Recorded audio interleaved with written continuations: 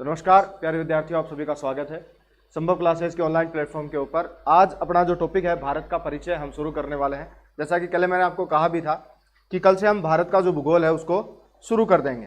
ठीक है, तो मेरे कहे अनुसार अब टॉपिक अपन शुरू करेंगे आज भारत का भूगोल।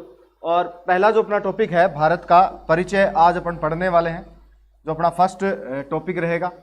भारत के परिचय देखो, जनरली अपने को कई चीज़ सीखनी पड़ती हैं। भारत के क्षेत्रफल के बारे में, इसके राज्यों के बारे में, इसके केंद्र शासित प्रदेशों के बारे में, इसकी सीमा रेखाओं के बारे में, इसकी जलीय सीमाओं के बारे में, स्थलीय सीमाओं के बारे में, इन सब चीज़ों के अंदर आज अपन इस टॉपिक के अंदर डिस्कस करने वाले हैं। सवाल देखते जाएंगे आप, एक से बढ़कर एक सारे सवाल हैं और सारे जो सवाल हैं वो लगभग सभी भारत के परिचय को लेकर ही आपसे पूछे गए हैं। तो आओ चलते हैं, अपने टेस्ट की शुरुआत करते हैं। पहले सवाल की ओर बढ़ते हैं। सवाल आप लोगों के सामने है, आप आराम से सवाल को पढ़ें और बेटा इसका आंसर क्या होगा ये कमेंट्स बॉक्स में बताएं। तो क्लास अपनी शुरू हो चुकी है। जिन्होंने अभी तक क्लास को शेयर नहीं किया है वो क्लास को शेयर कर दें। सराज तो धांसू लग रहे हो, धन्यवाद। मैं इंडिया से हूं, डोंट वरी, पाकिस्तानी नहीं हूं। तो हमने तो आपको किसी ने कहा ही नहीं। सभी को गुड इवनिंग, नमस्कार। क्लास शुरू हो चुकी है अपने भारत के भूगोल की और पहला सवाल आप लोगों के सामने मैंने रख भी दिया है और आंसर भी बताया है। सबसे पहले सूरज जानी ने आंसर दिया है, झांसी उत्तर प्रदेश बता रहे हैं। राजस्थानी स्टूडेंट्स गुड इवनिंग, नमस्कार। बजरंग सोनी बता रहे हैं सी, बबीता बता रही हैं बी, महेश साई बता रहे हैं बी। तो आंसर्स आप लोगों के आने शुरू हुए हैं। जिन्होंने लाइक शेयर कमेंट नहीं किया वो लाइक शेयर कमेंट जरूर करें भाई, ठीक है ना। तो सवाल आप लोगों के सामने और आंसर भी। तो देखो पहला जो अपना सवाल है, एक तो बात कर रहा है भारत की मानक समय रेखा की। जब भी आपसे बात की जाती है मानक समय रेखा को लेकर तो बेटा वो समझ लेना बात कर रहा है भारत के 82.5 डिग्री पूर्वी देशांतर को लेकर। 82.5 डिग्री पूर्वी देशांतर को कहते हैं भारत की मानक समय रेखा, ठीक है रेखा। और दूसरी बात कर रहा है किसकी, करक रेखा की। करक रेखा को कहते हैं 23.5 डिग्री नॉर्थ और 23.5 डिग्री अगर साउथ होता है तो बेटा उसको कहते हैं मकर रेखा। ये तो आप जानते होंगे, सामान्य बात है। तो करक रेखा और जो आपकी करक जो मानक समय रेखा है, ये दोनों भारत के अंदर किस स्थान पर एक दूसरे को काटेंगी तो बेटा वो स्थान होता है झांसी, और झांसी स्थित है आपका यूपी उत्तर प्रदेश के अंदर। तो ये आप सभी लोगों को याद रखना है, ठीक है। और सॉरी, झांसी भी नहीं, कहाँ काटेंगी, सरगुजा, ठीक है बेटा, इसको थोड़ा सा आप ध्यान रखेंगे। ये कहाँ काटती है एक दूसरे को, सरगुजा, छत्तीसगढ़ के अंदर। तो सरगुजा जो है वो इस सवाल का आंसर होगा आपका। पहले सवाल का उत्तर क्या है, सी, सरगुजा। अब मैं बता देता हूं आपको, थोड़ा सा यहाँ आपको भारत का मानचित्र जो है उसको सीखना है, ठीक है। सिखा रहा हूं भारत का जो मानचित्र है उसको कि आप कैसे इन दोनों के बारे में याद रखेंगे। देखें, ध्यान दें एक बार, भारत बना लेते हैं क्योंकि समझने में आसानी रहेगी अपने को। और मानचित्र से, इस मानचित्र के साथ और भी कई चीजें हैं जो अपने को सीखनी है यहीं पर, ठीक है। बन गया अपना भारत। अब इस भारत के अंदर अपन दो रेखाएं बनाएंगे। एक तो 82.5 डिग्री पूर्वी देशांतर जो आपकी यहां से गुजर रही है, ये वाली रेखा। ये तो कितने डिग्री की आप रखोगे, 82.5 डिग्री पूर्वी देशांतर हम इसको कहते हैं, ठीक है। और दूसरी बात अपन करते हैं किसको लेकर, करक रेखा को लेकर, ठीक है। तो ये करक रेखा बना देता हूं आपके लिए यहां पर। ये है बेटा आपकी करक रेखा जिसको अपन कहते हैं 23.5 डिग्री उत्तरी अक्षांश, नॉर्थ, ठीक है। अब देखो करक रेखा और भारत की जो मानक समय रेखा है भारत में एक दूसरे को क्रॉस कर रही है यहां पर, लगभग इस एरिया के अंदर। तो बेटा ये जो स्थान यहां पर रहता है ये आपका स्थान है सरगुजा। कौन सा स्थान है, सरगुजा। और बेटा सरगुजा जो क्षेत्र है वो आपके आता है कौन से राज्य में, छत्तीसगढ़ के अंदर। कौन से राज्य में आएगा, छत्तीसगढ़, ठीक है। तो इसको आप ध्यान रखेंगे। अब तो सरगुजा छत्तीसगढ़ के अंदर भारत की मानक समय रेखा और जो करक रेखा है वे दोनों एक दूसरे को क्या कर रही हैं, काट रही हैं, काटती हैं या पार करती हैं। देखो ये एक झांसी है, इसका सवाल भी पूछा जाता है। तो इसका सवाल जब भी आपसे पूछा जाएगा तो आपसे पूछता है उत्तर पश्चिम गलियारा, जैसे मैंने आपको परिवहन में सिखाया भी था ये सवाल, उत्तर पश्चिम गलियारा व उत्तर दक्षिण गलियारा व पूर्व पश्चिम गलियारा, जो भारत के राजमार्ग हैं दो, पूर्व पश्चिम उत्तर दक्षिण, कल भी अपनी इस पर बात हुई थी। इन दोनों को जब ये दोनों एक दूसरे को पार करते हैं तो वो जो स्थान होता है वो होता है आपका कौन सा, झांसी। और यहां अगर सरगुजा को लेकर आपसे सवाल पूछ रहा है तो बेटा उसका आंसर आपको देना है कि यहां सरगुजा छत्तीसगढ़ के अंदर एक तो मानक समय रेखा जिसे अपन कहते हैं 42.5 डिग्री पूर्वी देशांतर, और दूसरी आपकी करक रेखा, ये दोनों एक दूसरे को यहां पर क्रॉस करती है, काटती हैं। जो भारत की मानक समय रेखा है वह भारत के टोटल 5 राज्यों से गुजरेगी, और करक रेखा जो है वो भारत के 8 राज्यों से गुजरती है। अगले सवाल के अंदर मैं आपको यह भी बताने जा रहा हूं कि करक रेखा कौन से 8 राज्यों से गुजरेगी, मानक समय रेखा कौन से 5 राज्यों से गुजरेगी। ठीक है, जैसे यहीं पर आपको अगर बता दिया जाए तो आपके लिए अच्छा और भी होगा। समझो यहीं बताता हूं, आपको एक ट्रिक याद रखनी है। क्या ट्रिक याद रखनी है? एमपी की आंधी में यूपी की छतरी उड़ी। देखो ट्रिक बहुत शानदार बनाई है मैंने। क्या ट्रिक बनी है? एमपी की आंधी में यूपी की छतरी उड़ी। ये तो बेटा आपकी ट्रिक है, और इस ट्रिक से आप ये याद रखोगे कि भारत के अंदर जो मानक समय रेखा है वो कौन कौन से राज्यों से गुजरती है।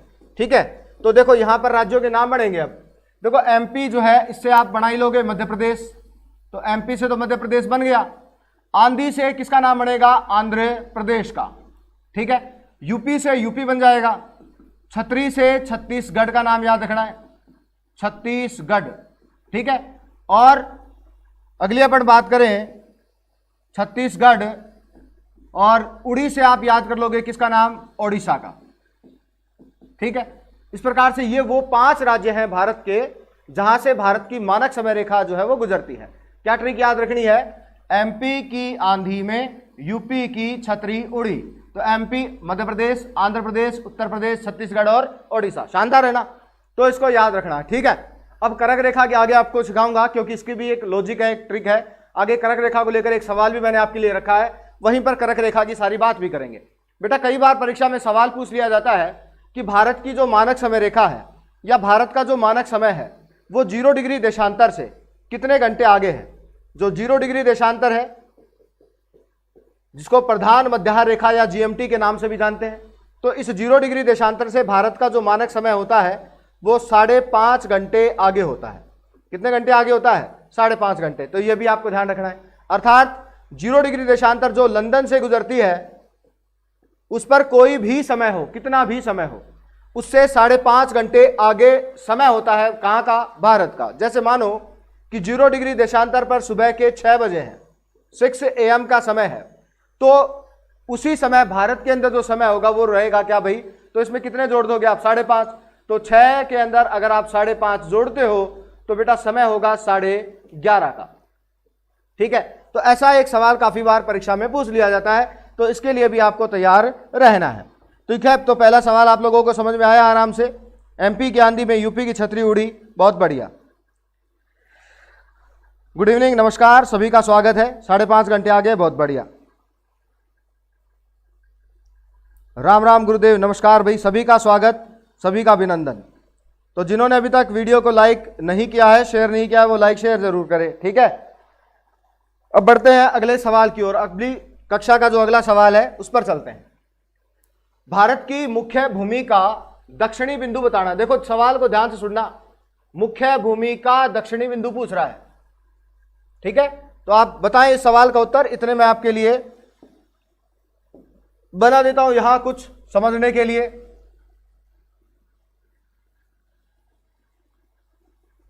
आपको सवाल का उत्तर बताना है, क्या इस सवाल का उत्तर है।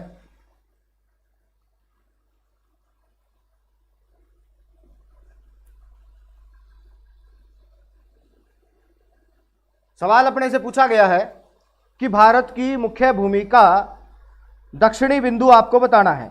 राम राम सर जी, नमस्कार भाई। प्रियंका बुडानिया, स्वागत है आपका। बंसा मेघवाल, गुड इवनिंग, नमस्कार। बताएं सवाल का उत्तर बताएं भाई, क्या उत्तर होगा इस सवाल का? कि भारत की मुख्य भूमि का दक्षिणी बिंदु आप लोगों को बताना है। और मैंने आपके सामने भारत का एक मानचित्र जो है सुंदर सा प्यारा सा बना दिया है आपको समझाने के लिए, सिखाने के लिए। सूरज जानी सी बता रहे हैं, पिगमिलियन पॉइंट, क्या बात है। और लगभग विद्यार्थियों ने सी ही उत्तर दिया है। जॉर्ज सुभाष सामोता भी सी बता रहे हैं, कन्याकुमारी। जॉर्ज सुभाष सामोता सी सी, क्या बात है, बहुत बढ़िया बहुत बढ़िया। दीपिका सोनी कन्याकुमारी, क्या बात, ठीक है भाई। तो आके देखते हैं, देखो यहां पर आते हैं, आपको सारी बात सिखा देते हैं यहां पर, ठीक है बेटा। देखो यहां पर आपके द्वीप जो होते हैं वो अंडमान निकोबार द्वीप है। यहां पर जो द्वीप बने हुए हैं ये सारे जो बने हैं इधर आपके बंगाल की खाड़ी में, इनको अपन अंडमान निकोबार द्वीप कहते हैं। क्या कहते हैं? अंडमान निकोबार। तो ये सब आप जानते होंगे। अंडमान निकोबार द्वीप कहाँ है? बंगाल की खाड़ी में होते हैं, ठीक है। और इन अंडमान निकोबार द्वीपों का जो विस्तार है बेटा वो शुरू होता है कितने डिग्री से? ये यहां शुरू होता है 6 डिग्री 4 मिनट नॉर्थ से शुरू होता है, उत्तरी अक्षांश से, ठीक है। और जब आप यहां पर आते हो इस भारत के पास यहां पे, तो यहां से भारत का जो अक्षांश विस्तार शुरू होता है उसको बेटा मुख्य भूमि कहते हैं। और बेटा ये शुरू होता है 8 डिग्री 04 मिनट उत्तरी अक्षांश से, यानी नॉर्थ से। तो 8 डिग्री 04 मिनट नॉर्थ से शुरू होगा। और ये जो भारत का विस्तार है वो कहां तक होता है? तो बेटा ये विस्तार होता है 37 डिग्री 06 मिनट नॉर्थ तक, ठीक है। तो ये यहां तक ये विस्तार हुआ। तो अक्षांश विस्तार की बात हुई भारत की, ठीक है। तो अब बात सुनो अगली। यहां अगर आप पूर्व में आते हो तो देशांतर और अक्षांश जो है वो रहेंगे। यहां पर आए तो देशांतरी विस्तार भारत का शुरू होगा। कहां से? तो वो सवाल है 68 डिग्री 07 मिनट ईस्ट से शुरू होता है, ठीक है। और कहां तक होता है? तो ये होता है बेटा 97 degree 25 minute, 97 degree 25 minute east तक जो है ये भारत का कैसा विस्तार है? देशांतर। तो बेटा इस चित्र के अंदर मैंने आपको अक्षांश और देशांतर की बात सिखाई है, और साथ में अपन बात करेंगे बिंदु की भी। तो वो तो आगे सवाल के अंदर मैं देखूंगा क्या इसका आंसर होगा। और लगभग विद्यार्थियों ने सही ही सवाल का उत्तर दिया है। कुछ एक इंदिरा कोल बता रहे हैं, तो इंदिरा कोल तो नहीं है बेटा। इस सवाल का उत्तर है कन्याकुमारी, सी इस सवाल का उत्तर होगा। और आगे आपको और भी जो चीजें हैं इस सवाल से संबंधित उन पर भी अपन बात करने वाले हैं। तो देखें अगली बात सीखते हैं। यहां पर देखें आप, देखो यहां जब 97 डिग्री 25 मिनट पर अपन पहुंचते हैं तो ये भारत का पूर्वी बिंदु कहलाता है। और भारत के पूर्वी बिंदु का नाम है बेटा किबिथु, किबिथु, ठीक है। और बेटा किबिथु किस में आता है? वालांगू, किस में आएगा? वालांगू। और वालांगू बेटा किस में आता है? अरुणाचल प्रदेश में आता है, ठीक है। तो इसको आप ध्यान में रखेंगे। और अब इससे आगे अपन बढ़ रहे हैं, यहां पर आते हैं पश्चिम की ओर। तो बेटा ये जो बिंदु यहां पर बनेगा आपका, वो कौन सा बिंदु बनेगा? पश्चिमी बिंदु भारत का, ठीक है। तो बेटा इस पश्चिमी बिंदु को क्या कहते हैं? सरक्रिक। क्या कहेंगे बेटा? सरक्रिक। और सरक्रिक का मतलब होता है गौर माता। आप इसी के लिए साथ ये शब्द याद रखेंगे कि सरक्रिक या गौर माता जो है वो भारत का पश्चिमी बिंदु होता है। और अगर अपन यहां चलते हैं सबसे उत्तर की ओर यहां पर, तो ये भारत का कौन सा बिंदु होगा? ये भारत का सबसे उत्तरी बिंदु होगा। और सबसे उत्तरी बिंदु का नाम जो है वो आप याद रखो, इंदिरा कोल।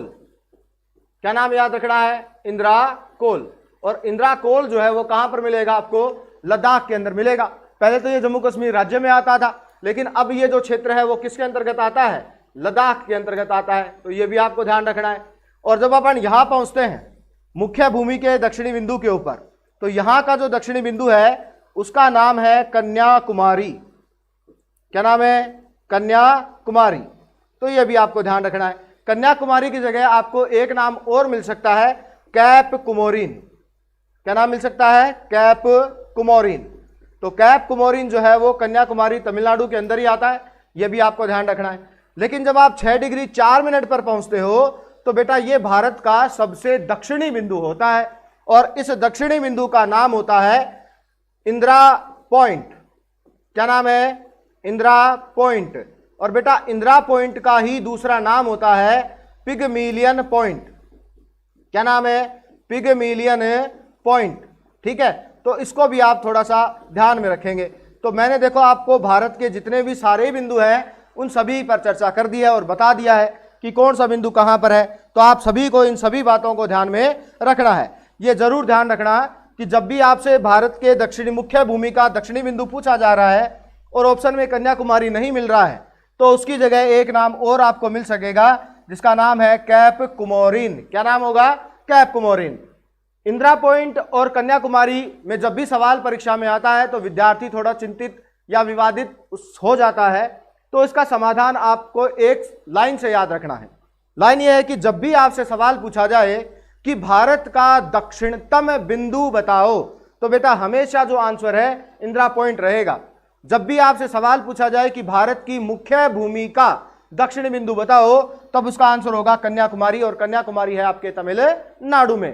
पूर्वी बिंदु की बात आए तो किबिथु वालांगू अरुणाचल प्रदेश।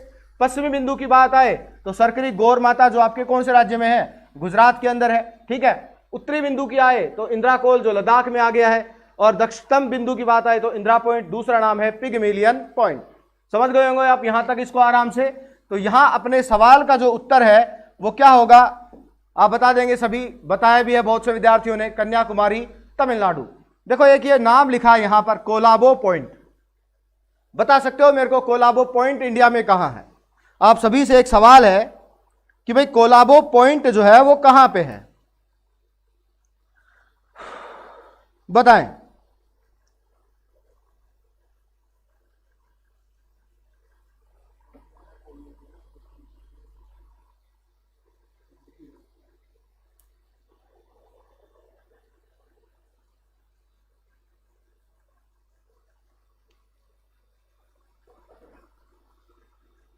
हाँ बेटा, मिला सब आंसर। कोलाबो पॉइंट कहां है? आपसे सवाल पूछा मैंने एक, बताएं कौन बता सकता है? देखें, मुंबई। क्या बात है, बबीता सैनी, सूरज जानी, क्या बात है, बहुत बढ़िया। जाट सुभाष सामोता, बहुत बढ़िया भाई। सरित्रु बिंदु इंदिरा कोल, क्या बात है, बहुत बढ़िया सूरज। मुकेश गुज्जर, नमस्कार, स्वागत है भाई आपका भी। आओ बेटा अगली बात करते हैं। तो ये चित्र जो है आपको आराम से समझ में आया होगा। लाइक कमेंट जो है वो आप करते रहें लगातार। अगर समझ में आ रहा है, बढ़िया अपनी क्लास चल रही है, बढ़िया आपको ज्ञान मिल रहा है। ठीक है, तो कोलाबो पॉइंट कहाँ याद रख लोगे आप? कहाँ है कोलाबो पॉइंट? मुंबई में है। ठीक है बेटा, याद रखेंगे। तो कोलाबो पॉइंट कहाँ हुआ? मुंबई में। बढ़ता हूं अगले सवाल की ओर। देखें अगला सवाल, 8 डिग्री चैनल निम्न में से किसे अलग करता है? यह बहुत ही अच्छा सवाल है और इससे रिलेटेड सवालों पर भी अपन बात करने वाले हैं। बस ध्यान पूरा इस पर होना चाहिए। आंध्र प्रदेश बता रहे हैं, आंध्र प्रदेश में नहीं है मीना बेटा, कोलाबो पॉइंट मुंबई में है। बहुत बढ़िया, लगभग विद्यार्थियों ने आंसर दिया मुंबई। ठीक है, धन्यवाद आप सभी को। तो बेटा अगला सवाल, बनाजी राजपूताना, नमस्कार, स्वागत भाई सभी का, सभी को नमस्कार। बंसा मेघवाल ने आंसर दे दिया सबसे पहले, बहुत बढ़िया बेटा। और राजस्थान स्टूडेंट्स मनु ये बता रहे हैं मालदीव मिनिकोय, क्या बात है, बहुत बढ़िया। 8 डिग्री चैनल किसको अलग कर रहा है? मालदीव को मिनिकोय से। बहुत बढ़िया, बहुत बढ़िया, बहुत ही बढ़िया, अति उत्तम। प्रियंका बुढ़ा, लगभग विद्यार्थियों ने ए ही उत्तर दिया है। बहुत बढ़िया, बहुत बढ़िया। तो देखो जो भी मेरा ऐसा विद्यार्थी, क्योंकि मेरा सिखाने का उद्देश्य सभी को है, सभी को आना चाहिए। तो जिस भी विद्यार्थी को ये नहीं पता है कि 8 डिग्री, 9 डिग्री, 10 डिग्री चैनल क्या होते हैं, उनको मैं सिखाने जा रहा हूं यहां पर 8, 9, 10 डिग्री चैनल की बात। तो बोर्ड पर ध्यान रखो और समझने का पूरा प्रयास करें। ये अपना भारत है, ठीक है, और अपन चल रहे हैं इससे आगे, अगली बात सीख रहे हैं। देखो यहां 8 डिग्री 4 मिनट आप सभी जानते हो भारत का दक्षिणी बिंदु। उससे थोड़ा सा नीचे आएंगे तो 8 डिग्री की रेखा बनेगी। कितने डिग्री की? 8 डिग्री अक्षांश। जो 8 डिग्री का अक्षांश है ना, उस 8 डिग्री के अक्षांश को ही बेटा 8 डिग्री चैनल कहा गया है, ठीक है। और जब इस 8 डिग्री से अपन ऊपर चलेंगे तो यहां से एक चैनल गुजर रहा है 9 डिग्री का, 9 डिग्री अक्षांश। तो बेटा उसको कहते हैं 9 डिग्री चैनल। 9 डिग्री अक्षांश, 9 डिग्री चैनल। और जब आप इस तरफ आओगे तो यहां पर आपको एक और चैनल मिलेगा 10 डिग्री की अक्षांश रेखा, और उसको कहते हैं 10 डिग्री चैनल। तो बेटा इस प्रकार से ये 3 चैनल होते हैं, 8 डिग्री, 9 डिग्री और 10 डिग्री चैनल। जब भी परीक्षा में आपको इनसे संबंधित कोई भी सवाल पूछा जाए कि 8 डिग्री, 9 डिग्री, 10 डिग्री चैनल किसको अलग करते हैं, तो इसके लिए आपको ध्यान में रखना है। और मेरे एक प्यारे विद्यार्थी ने ट्रिक भी लिखी है, बहुत ही बढ़िया, तो मैं इसको आपको सिखाने जा रहा हूं अभी। जिसने पहले नहीं पढ़ा है वो इसको पढ़े। बजरंग लाल सोनी ए बता रहे हैं, बहुत बढ़िया। जुगल गोदारा ने भी ए बताया, बहुत बढ़िया भाई, धन्यवाद। आए देखें, 8 डिग्री चैनल के नीचे यहां पर एक द्वीपीय देश है जिसका नाम है मालदीव। ठीक है, एशिया महाद्वीप का सबसे छोटा देश होता है मालदीव। ठीक है, एशिया महाद्वीप का सबसे छोटा देश है मालदीव, सबसे बड़ा है चीन। और यहां 8 डिग्री के ऊपर जब आप आओगे तो भारत का एक द्वीप मिलेगा आपको, ये वाला। उस द्वीप का नाम होता है मिनिकोय। क्या नाम होता है? मिनिकोय इस द्वीप का नाम है। ठीक है, तो मालदीव को मिनिकोय के बीच में जो चैनल गुजर रहा है कितने डिग्री का है? 8 डिग्री का। और 8 डिग्री के बाद ये कितने डिग्री आ रहा है? 9 डिग्री। यहां पर जो द्वीप बने हुए हैं इन द्वीपों को कहते हैं लक्षद्वीप समूह या लक्षद्वीप।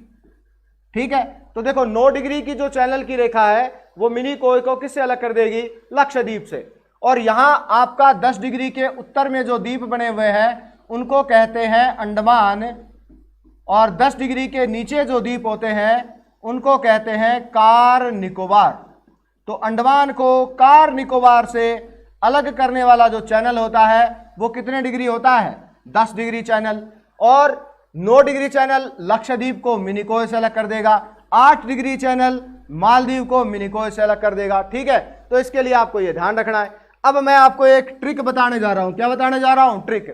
मान लो परीक्षा में इसको अपन भूल जाएं, क्या हो जाए? भूल जाएं, तो उसके बाद फिर अपने को क्या याद आनी चाहिए? ट्रिक आनी चाहिए। क्या आनी चाहिए? ट्रिक। जो लोग सफर में अकेले चलने का हौसला रखते हैं उन्हीं लोगों के पीछे एक दिन काफिला चलता है। बहुत बढ़िया बात लिखी है बना जी ने, धन्यवाद बना जी आपको, फैंटास्टिक, बहुत बढ़िया भाई। तो देखो बेटा यहां पर अपन ट्रिक लिख रहे हैं, मामी मिल गई, मामी मिल गई, मिल गई। कहां पर? कहां पर मिली? अंडमान निकोबार में, अंडमान निकोबार। ठीक है, ये अपना लॉजिक है भाई, ट्रिक है।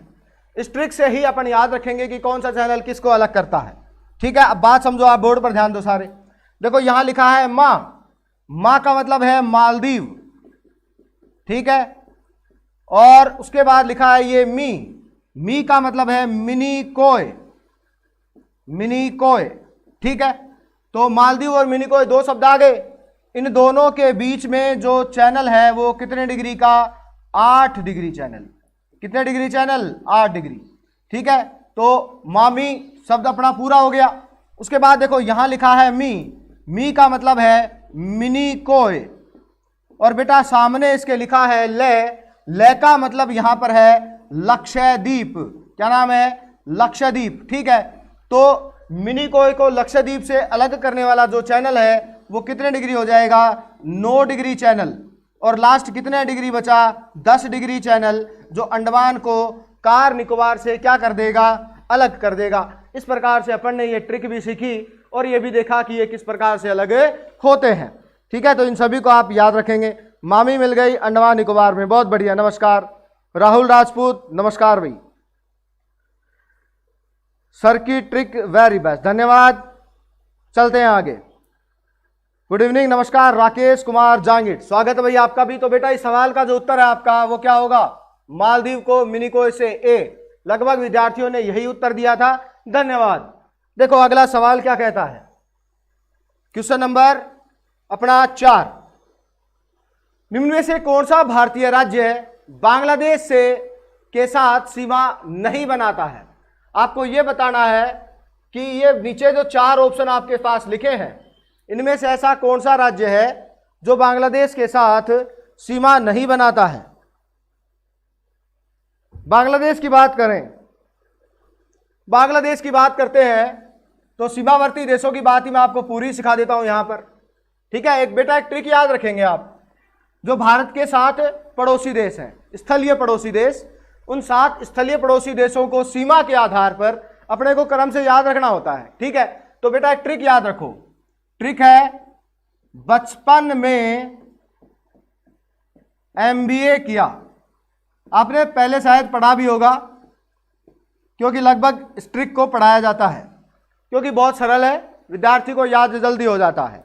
तो ट्रिक क्या है, बचपन में एमबीए किया। बेटा इस ट्रिक से अपन 7 जो स्थलीय पड़ोसी देश है भारत के, उनके नाम भी याद रखेंगे। इसके साथ साथ ये ट्रिक आपको ये भी सिखा देगी कि क्रम से सीमा के आधार पर देशों का क्रम क्या है। तो देखो, बै से आपको नाम लिखना है किसका, बांग्लादेश। ठीक है, पहला नाम बांग्लादेश हो गया। फिर च से नाम बन जाएगा किसका, चीन का। पै से नाम हो जाएगा पाकिस्तान का। न से नाम हो जाएगा नेपाल का। और मैं से नाम हो जाएगा म्यांमार का। बी से नाम हो जाएगा आपके भूटान का। और ए से नाम हो जाएगा आपके अफगानिस्तान का। तो इस प्रकार से ये 7 भारत के स्थलीय पड़ोसी देश होते हैं, और इनके नाम भी अपने क्रम से ही याद कर लिए हैं। तो मणिपुर, कुछ एक विद्यार्थियों ने उत्तर दिया है। वापस ट्रिक सर, ये आवे हैं मैंने, बहुत बढ़िया। मणिपुर डी बता रहे हैं लगभग विद्यार्थी, बहुत बढ़िया भाई, धन्यवाद आप सभी को। तो बेटा देखो, इसको मैं आगे एक्सप्लेन कर रहा हूं।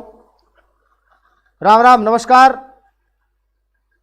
तो आओ आगे चलते हैं, आगे देखते हैं, इसके बारे में सीखते हैं थोड़ा सा। सीमा की लंबाई बताऊंगा। क्या बताऊंगा, सीमा की लंबाई। बांग्लादेश देखो, एक तो पहले की जो लंबाई है वो है, और एक है संशोधित। दोनों चीजों पर अपन बात करेंगे। ठीक है, अगर मैं बांग्लादेश की बात करूं सीमा को लेकर, तो पहले 4096 किलोमीटर, और अब भी इसकी तो संशोधित जो है वो 4096 ही है। और उसके बाद अगर चीन की बात करूं तो 3917 किलोमीटर, और वर्तमान में 3488।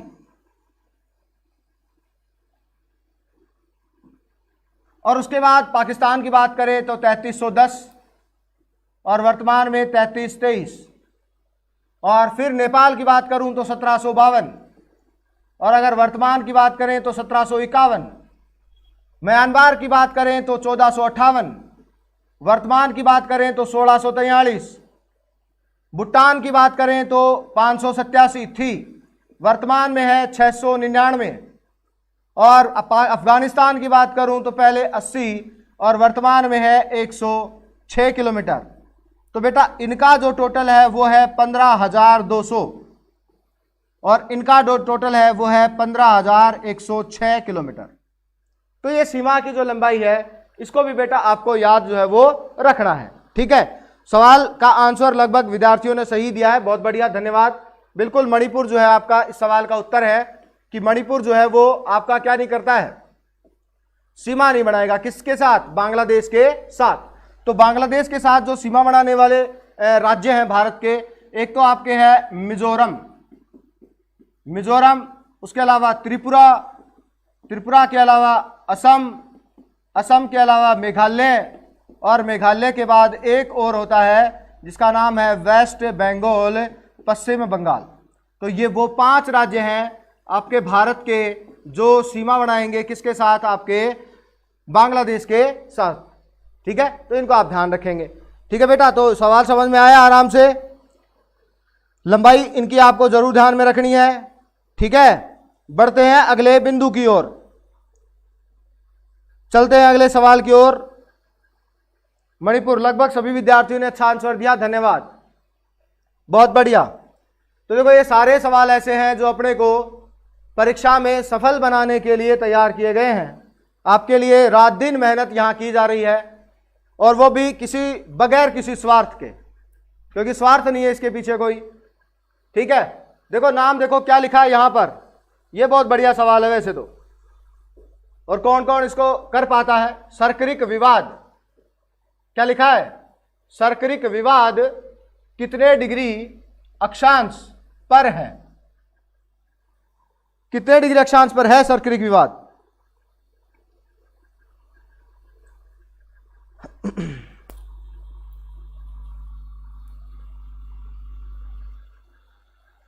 ए बता रहे हैं, ए बता रहे हैं, बहुत बढ़िया बहुत बढ़िया। 24 डिग्री नॉर्थ, क्या बात है, बहुत बढ़िया भाई, धन्यवाद विद्यार्थियों। अच्छे ज्ञान का परिचय आप सभी लोगों के द्वारा, धन्यवाद।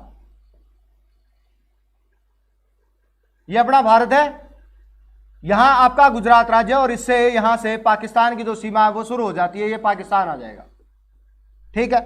और अब बात समझो यहां पर कि ये जो एरिया वो एक दलदली प्रदेश है, ये वाला यहां से, ठीक है। इसी दलदली प्रदेश को कह रहे हैं सरक्रिक। क्या कह रहे हैं? सरक्रिक कह रहे हैं, सरक्रिक। तो ये सरक्रिक क्षेत्र है। सरक्रिक को लेकर आपके विवाद है भारत व पाकिस्तान के मध्य। देखो, जब विभाजन किया गया था भारत व पाकिस्तान का, तो उस समय पाकिस्तान ये दावा करता है कि विभाजन के समय ये जो क्षेत्र है वो पाकिस्तान के अंदर शामिल किया गया था, और भारत ये कहता है कि विभाजन से के साथ ही ये सरक्रिक जो क्षेत्र है वो भारत का अभिन्न अंग है। तो इस सरक्रिक क्षेत्र को लेकर भारत व पाकिस्तान दोनों के बीच में विवाद जो है वो बना हुआ है, इसीलिए सरक्रिक जो है वो एक विवादित क्षेत्र की श्रेणी में आता है, ठीक है ये भारत का क्षेत्र। अब अगली बात यहां पर हो तो आपको पता है कि यहां भारत के मध्य से करक रेखा गुजरती है। कौन सी रेखा? करक रेखा। और आपको पता ही है कि करक रेखा कितने डिग्री अक्षांश होती है? 23.5 डिग्री नॉर्थ होती है। तो बेटा ये 23.5 डिग्री नॉर्थ के पास का ही सरक्रिक एरिया है, जो कितने डिग्री नॉर्थ पर पहुंच जाएगा? 24 डिग्री नॉर्थ पर आ जाएगा, ठीक है। तो जैसा आप सभी ने उत्तर दिया बिल्कुल सही, धन्यवाद आप सभी को। तो जो सरक्रिक एरिया है वह भारत व पाकिस्तान के मध्य विवादित है, और यह 24 डिग्री उत्तरी अक्षांश के निकट स्थित एक क्षेत्र है। सर श्री राम में नहीं पढ़ाते हो क्या? हंसराज खिचड़ पूछ रहे हैं। तो भाई अब श्री राम में नहीं पढ़ाते हैं, अब नीम का थाना में पढ़ाते हैं,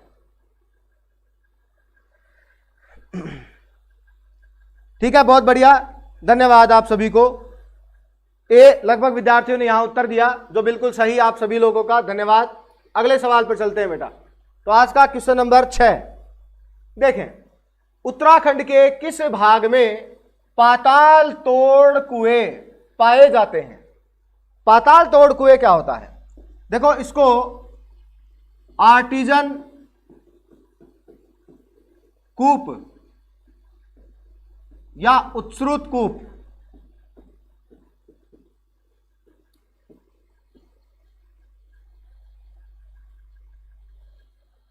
भी कहा जाता है, ठीक है। तो आर्टिजन कूप कह सकते हैं, उत्सृत कूप कह सकते हैं, पाताल तोड़ कुएं को ही कहते हैं। और सवाल है आपके लिए कि उत्तराखंड के किस भाग में पाताल तोड़ कुएं जो हैं वो पाए जाते हैं? हंसराज खिचड़ कह रहे हैं कि सर मैं आपसे पढ़ा हुआ हूं और अभी सेंटर गवर्नमेंट में हूं। बहुत बढ़िया, धन्यवाद हंसराज, आपने अपने जीवन को साकार किया, बहुत बढ़िया। रखो भरोसा अपनी मेहनत पर, ना कि अपनी किस्मत पर। सपनों की तैयारी पूरी रखो और फिर सफलता का स्वाद चखो। क्या बात है, बहुत बढ़िया भाई, बहुत अच्छा पढ़ाते हो सर, धन्यवाद हंसराज, धन्यवाद भाई आपको बहुत बहुत, कि आपने सरकारी सेवा को प्राप्त कर लिया है, धन्यवाद। तो बेटा उत्तराखंड के किस भाग में पाताल तोड़ कुएं पाए जाते हैं, ये अपना सवाल है, और आपके उत्तर आने शुरू हैं। अभी एक विद्यार्थी ने उत्तर दिया है, आशीष शर्मा बता रहे हैं इसका उत्तर ए होगा सर, भाबर प्रदेश, ठीक है। तो मेरे कई विद्यार्थी प्यारे ऐसे भी होंगे जिनको शायद भाबर प्रदेश का ही नहीं पता हो या तराई प्रदेश का ही नहीं पता हो, ठीक है बेटा। तो कोई बात नहीं, अपन सब लोग यहाँ सीखने के लिए ही आए हैं और मैं आपको सिखाने के लिए ही आया हूं, ठीक है। भाबर प्रदेश उस क्षेत्र को कहते हैं जहां नदियां बहते हुए दिखाई नहीं देती, बहते हुए दिखाई ना दे, उस क्षेत्र को भाबर प्रदेश कहते हैं। और तराई प्रदेश भाबर क्षेत्र के तुरंत बाद जिस स्थान पर नदी बहते हुए दिखाई देती है उसको तराई प्रदेश कहते हैं। भाबर क्षेत्र में तो क्या है, नदी बहते हुए दिखाई नहीं देती, जैसे ही भाबर क्षेत्र से आगे आते हैं तो तराई प्रदेश का विस्तार होता है। तो भाबर क्षेत्र से निकलने के बाद, भाबर क्षेत्र से रीट वाले विशेष रूप से इन दोनों की परिभाषा याद रखें भाई। बाबर क्षेत्र से निकलने के बाद जिस स्थान पर नदी सर्वप्रथम दिखाई देती है उसे तराई प्रदेश कहते हैं। तराई प्रदेश कहलाता है। ठीक है, याद रखेंगे। विशेष रूप से ये जो परिभाषा है वो रीट के विद्यार्थियों को तो याद होनी ही चाहिए। ठीक है, मैं भी सिर्रा में पढ़ा हुआ हूं, बंसा मेघवाल।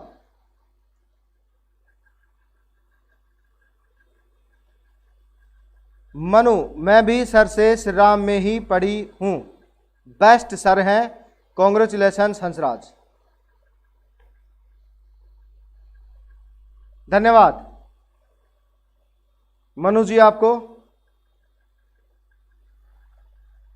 तो देखें, अगली बात करते हैं। तो तराई प्रदेश जो है इसकी परिभाषा मैंने आपको बता दी बेटा। रीट वाले विद्यार्थी इस परिभाषा को ध्यान से याद रखेंगे क्योंकि परीक्षा में पूछ सकता है।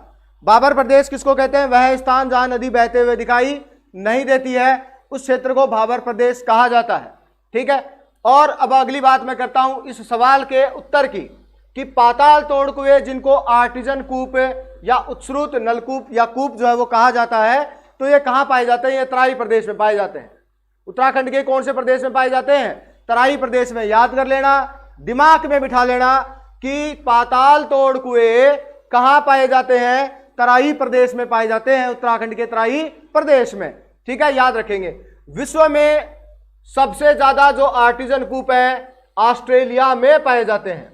कहां पाए जाते हैं भाई? ऑस्ट्रेलिया में। ठीक है, इसको याद रखेंगे आप कि विश्व में सबसे ज्यादा आर्टिजन कूप जो है वो कहां पाए जाते हैं? ऑस्ट्रेलिया में पाए जाते हैं। इसको आप ध्यान रखेंगे। ठीक है, बढ़ता हूं मैं अगले सवाल की ओर। बहुत बढ़िया। तो जिन भी विद्यार्थियों ने यहां बी उत्तर दिया था वो बिल्कुल सही उत्तर का चुनाव आप लोगों ने किया, धन्यवाद। आगे आते हैं बेटा अगले सवाल की ओर। ठीक है, देखते हैं अगला सवाल अपना क्या है। क्षेत्रफल के आधार पर भारत का, देखो बढ़िया सवाल है लेवल थोड़ा सा इसका कम है सवाल का, लेकिन सवाल अच्छा है, परीक्षा में पूछा जाता है। तो अपने को लेवल को भी साथ लेके चलना है और सवाल को भी सीखना है क्योंकि परीक्षा में किसी भी प्रकार का सवाल अपने से पूछा जा सकता है। तो अपन बात करें भारत की, तो बेटा भारत का जो क्षेत्रफल है वो है 32,87,263 वर्ग किलोमीटर।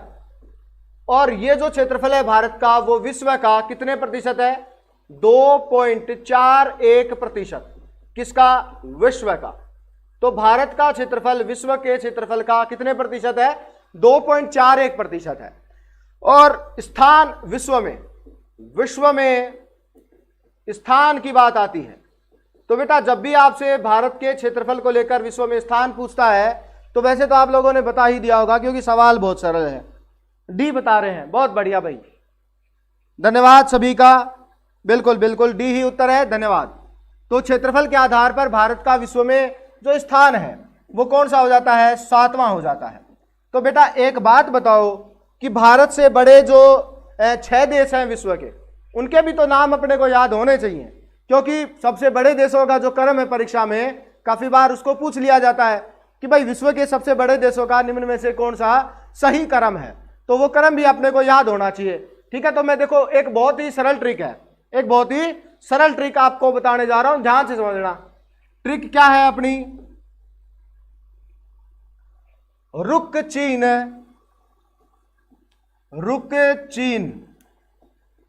अब कंगारू भारत आया। रुक चीन अब कंगारू भारत आया। बहुत अच्छी ट्रिक है, याद रखेंगे। आपने पहले कभी पढ़ी भी होगी किसी ना किसी से कहीं पर, तो ट्रिक अच्छी है इसलिए पढ़ेंगे इसको। ठीक है, जो चीज अच्छी होती है उसको पढ़ने में अपनाने में कहीं कोई बुराई नहीं है, तो पढ़ो बेटा। तो देखो रूस से जो देश बनेगा आपका वो बनेगा रूस। विश्व का सबसे बड़ा देश है रूस क्षेत्रफल के आधार पर। दूसरा सबसे बड़ा देश है कैसे, कनाडा। चीन से चीन का नाम बन जाएगा।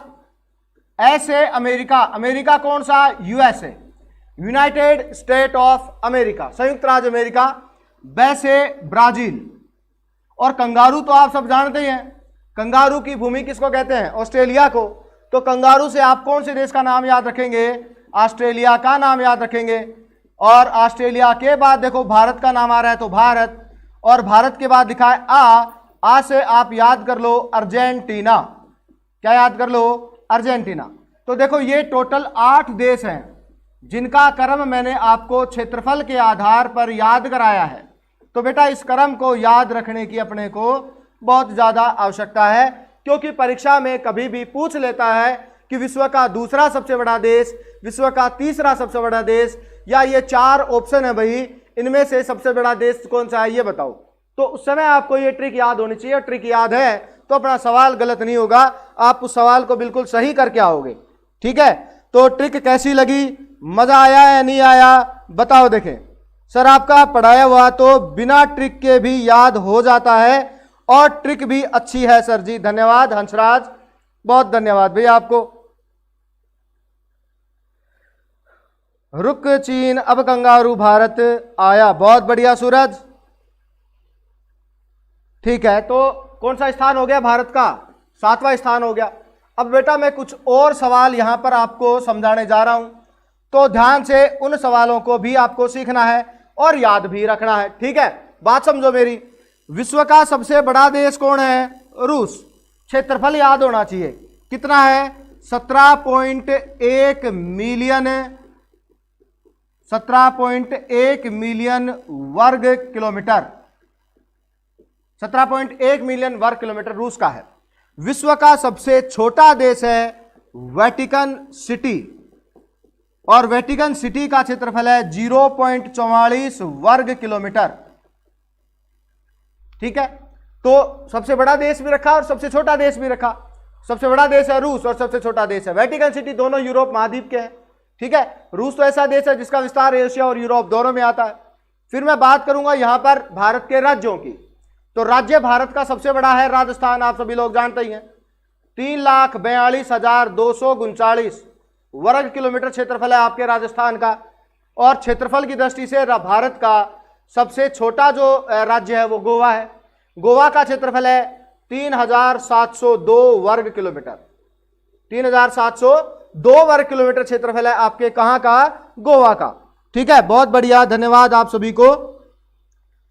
समझ में आ रहा है और अच्छा लग रहा है, अच्छा हम पढ़ रहे हैं। लाइक शेयर कमेंट्स रुकने नहीं चाहिए, लगातार होने चाहिए। ठीक है, अब मैं बात करूंगा केंद्र शासित प्रदेश। राज्य की बात हो गई, जिले की भी बात कर लेते हैं। तो भारत का क्षेत्रफल की दृष्टि से सबसे बड़ा अगर आपसे जिला पूछ रहा है तो बेटा आपको नाम लेना है कच्छ का। किसका नाम लेना है, कच्छ का। और कच्छ का क्षेत्रफल बहुत ही सरल है, बहुत सरल है। देखो 4, 5, 6, 7, 4 किसका क्षेत्रफल है, कच्छ का। कितना है क्षेत्रफल, 4, 5, 6, 7, 4। ये तो भूलेंगे ही नहीं हम, नहीं भूलोगे ना। तो 4, 5, 6, 7, 4 वर्ग किलोमीटर क्षेत्रफल है कहां का, कच्छ का। और सबसे छोटा जो जिला है भारत का क्षेत्रफल के आधार पर बेटा उसका नाम है माहे, और माहे का क्षेत्रफल है 9 वर्ग किलोमीटर। कितना है, 9 वर्ग किलोमीटर। तो बेटा इसको भी आपको ध्यान में रखना है। ठीक है, और अगर मैं बात कर लूं केंद्र शासित प्रदेश को लेकर तो बेटा सबसे बड़ा जो केंद्र शासित प्रदेश आपका है वो है लद्दाख, और सबसे छोटा है लक्षद्वीप क्षेत्रफल के आधार पर। तो देखो मैंने सारे जीडी के लेवल के हिसाब से सारे सवाल सिखाए हैं, क्योंकि अपने साथ जीडी वाले कुछ विद्यार्थी हैं वो भी पढ़ रहे हैं, रीट वाले भी पढ़ रहे हैं, पटवारी वाले भी पढ़ रहे हैं। तो सबका ही ज्ञान यहां पर रख दिया है, सबके लेवल के हिसाब से सारी बात कर दी है। और अब मैं चलूंगा अपने अगले सवाल की ओर। ठीक है, क्षेत्रफल में 8वां स्थान किसका, महेश साईं पूछ रहे हैं। बेटा देखे ये रहा 8वां स्थान किसका है, यहां पर देख क्या लिखा है 8वें स्थान पर, अर्जेंटीना लिखा है। महेश साईं जो भी है, क्षेत्रफल में 8 स्थान किसका है, बेटा 8 स्थान अर्जेंटीना का है। चलो बढ़ते हैं, थैंक यू सर जी, धन्यवाद। सर माहे कहाँ है? बेटा माहे पांडिचेरी में आता है और केरल राज्य की सीमा पर, ठीक है। तो बेटा बात समझो, जो पांडिचेरी है इंडिया का एकमात्र ऐसा केंद्र शासित प्रदेश है पांडिचेरी जिसका विस्तार 3 राज्यों की सीमाओं में आता है। केरल में पांडिचेरी का जिला है माहे, तमिलनाडु में इसके 2 जिले हैं कराईकल और पुडुचेरी, और आंध्र प्रदेश में इसका एक जिला आता है जिसका नाम है यनम। तो बेटा आप तीनों को याद रखेंगे, ठीक है। अब मैं बढ़ रहा हूं अगले सवाल की ओर। देखें अगला सवाल क्या है अपना। सवाल आपके का सामने, बौद्ध काल में, कौन से काल में? बौद्ध काल में, ठीक है। महात्मा बुद्ध की बात कर रहा है। बौद्ध काल में भारतवर्ष किस संज्ञा से लोकप्रिय था, यानी भारत को क्या कहा जाता था? बढ़िया सवाल है, बताएं इसका उत्तर क्या होगा।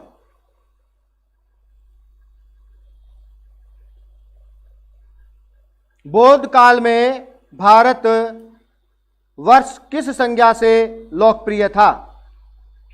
डी, जम्बूद्वीप। बहुत बढ़िया, मनु जी ने सबसे पहले आंसर दिया है, धन्यवाद। राजेंद्र कुमार सी, भावेश शर्मा सी बता रहे हैं, बंसा मेघवाल सी बता रही हैं, प्रियंका बुडानिया सी बता रही हैं, जाट सुभाष सामोता सी बता रहे हैं, सप्त सैंधव प्रदेश। क्या बात, क्या बात है। केवल एक विद्यार्थी है यहां पर हमारा मनु जिसने बिल्कुल सटीक और सही उत्तर दिया है, बाकी सभी, और सोनू कृष्णिया ने भी सही उत्तर दिया भाई, डी जम्बूद्वीप। बाकी सभी सी उत्तर बता रहे हैं। जो जालंधर नाथ की तपोभूमि जालोर से प्रणाम गुरुजी, अर्जुन परिहार। स्वागत है अर्जुन आपका, लेट हो गए यार आज आप। सप्त सैंधव प्रदेश, दीपिका सोनी बता रही हैं, बनाजी बता रहे हैं डी, जालंधर नाथ की तपोभूमि जालोर। प्रणाम भाई प्रणाम, अर्जुन परिहार स्वागत आपका। हाँ तो भाई कई विद्यार्थी हैं जिन्होंने डी उत्तर दिया, बहुत बढ़िया। तो जिन्होंने डी बताया वो बिल्कुल सही है, और जिन्होंने डी नहीं बताया वो सब ध्यान दें। देखो सिखाते हैं आपको कुछ चीजें। भारत आने वाली पहली विदेशी जाति होती है आर्य। भारत आने वाली पहली विदेशी जाति कौन थी? आर्य। आर्य जिस क्षेत्र में सबसे पहले भारत में आए थे वो क्षेत्र था सप्त सैंधव प्रदेश। ध्यान दें सभी, सप्त सैंधव प्रदेश में आर्य जाति के लोग भारत में सबसे पहले आए थे। भारत आने वाली पहली विदेशी जाति होती है आर्य, और आर्य जाति ने भारत को नाम दे दिया आर्याव्रत। क्या नाम दे दिया भाई? आर्याव्रत। तो भारत को आर्याव्रत का जो नाम है वो किसके द्वारा दिया गया? आर्य जाति के द्वारा दिया गया, ठीक है। और आर्य जाति के लोग भारत में सबसे पहले कहां आए? सप्त सैंधव प्रदेश में आए। तो बेटा ये जो शब्द लिखा है यहां पर सप्त सैंधव, इसका मतलब है 7 नदियों का प्रदेश। कितनी नदियों का प्रदेश? 7 नदियों का प्रदेश सप्त सैंधव कहलाया।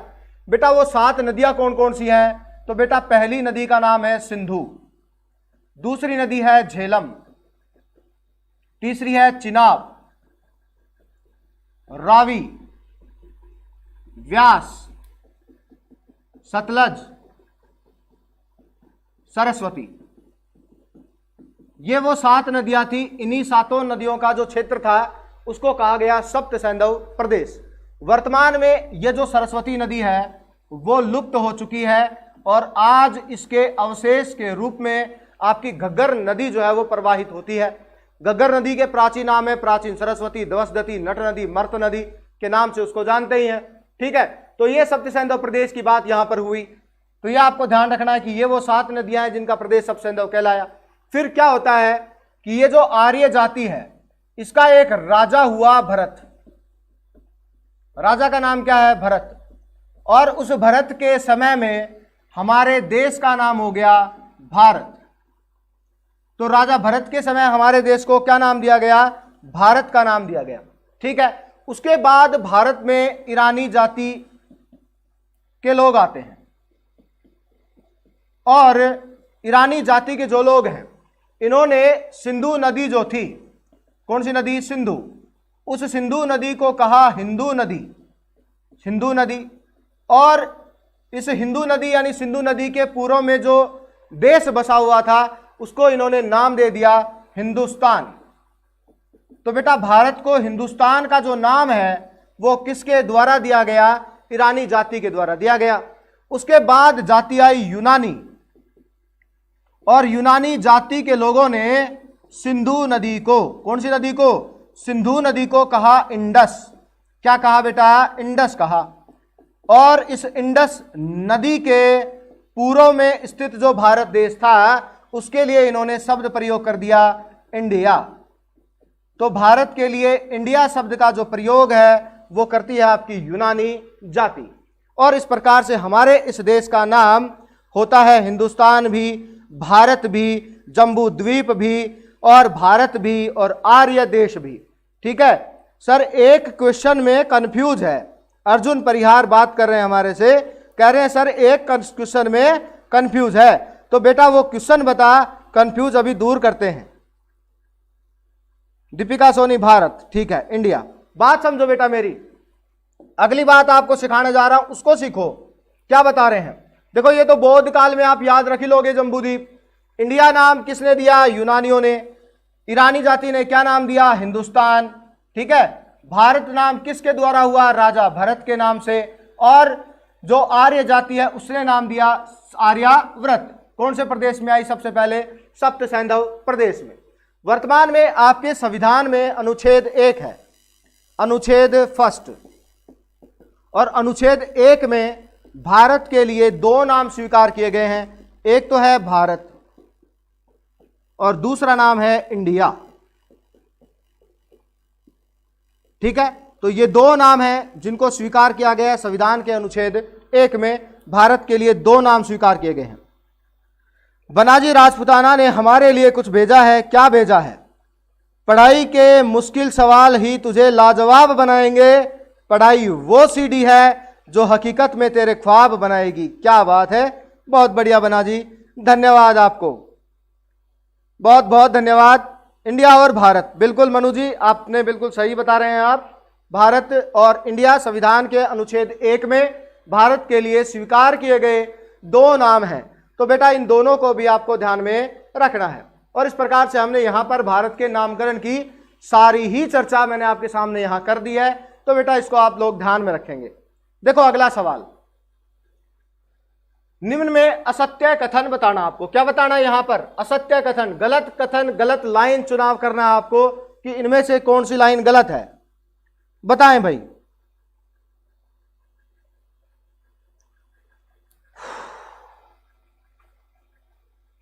सवाल आपके सामने है, आपको गलत लाइन का चुनाव करना है।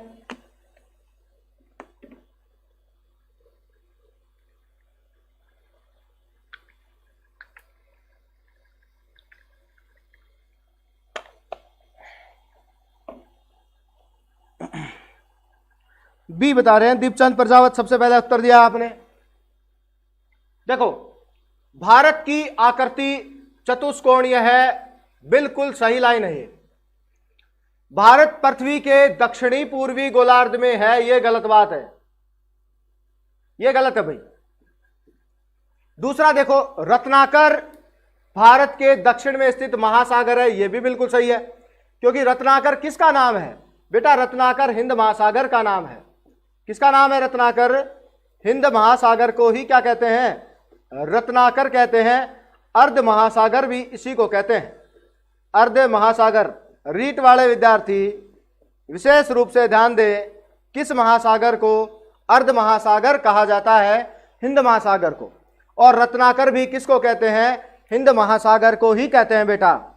ठीक है, बी आंसर आया, बहुत बढ़िया। लगभग विद्यार्थियों ने बी ही उत्तर बताया है, धन्यवाद सभी को, बहुत बढ़िया भाई, बहुत बढ़िया। बिल्कुल बिल्कुल सटीक उत्तर आप सभी का। और भारत एशिया के दक्षिण में स्थित है, यह भी बिल्कुल सही है। तो देखो यह है अपनी पृथ्वी। इस पृथ्वी पर 2 प्रकार की रेखाएं होती है, अक्षांश और देशांतर। यह है आपकी 0 डिग्री अक्षांश यानी भूमध्य रेखा। ठीक है, और यह है उत्तरी ध्रुव से दक्षिणी ध्रुव को मिलाते हुए जो रेखा बनती है उसको हम कहते हैं देशांतर रेखा। तो ये जो रेखा बन रही है डॉट डॉट के अंदर, ये जो बन रही है वो कैसी है? आपकी देशांतर रेखा है, जिसको आप 0 डिग्री देशांतर कह रहे हो। तो देखो बात समझो मेरी, भारत जो है ना वो यहां पे है, ये है अपना भारत। तो अब देखो भारत पृथ्वी के कौन सी दिशा में आ रहा है, उत्तर पूर्व में आ रहा है ना, उत्तर पूर्व। तो उत्तरी पूर्वी गोलार्ध कैसे सर, तो बात समझो बेटा, 0 डिग्री अक्षांश के ऊपर उत्तर की ओर उत्तरी अक्षांशों में आ रहा है तो उत्तरी गोलार्ध हो गया, और 0 डिग्री देशांतर के किस तरफ है, पूर्व की ओर, तो ईस्ट हो गया। और दोनों को मिलाकर लिखेंगे तो उत्तर पूर्व लिखेंगे, नॉर्थ ईस्ट। तो भारत संपूर्ण पृथ्वी के उत्तरी पूर्वी गोलार्ध में आता है। और यहां लिखा है क्या, दक्षिणी पूर्वी गोलार्ध, तो ये तो गलत लिखा है, क्योंकि दक्षिणी पूर्वी गोलार्ध तो यहां पर होता, तो यहां तो नहीं है, भारत यहां पर है। तो अपना आंसर जो है इस लाइन में कौन सी गलत लाइन है, बी इस सवाल का उत्तर हो जाएगा। समझ गए होंगे आप सभी, धन्यवाद बेटा। तो देखते हैं अगले सवाल की बात करते हैं। युदाम्बु संधि, देखो अब है सवाल दांसू, अब मैं देखता हूं कौन करता है इसका उत्तर रहे। अब बताओ आप, यह है सवाल लेवल का।